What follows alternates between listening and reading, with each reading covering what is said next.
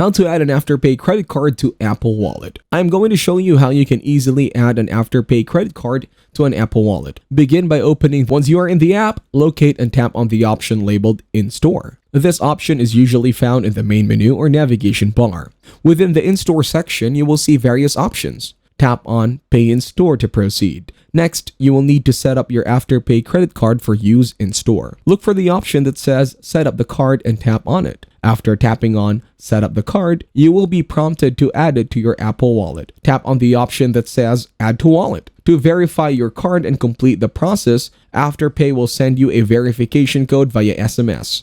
Enter the code you received into the designated field. Once you have entered the verification code, tap on Next to continue. That is it. You have successfully added your Afterpay credit card to your Apple Wallet. And now, you are ready to shop using Afterpay in store. Thanks for watching, leave a like, and subscribe.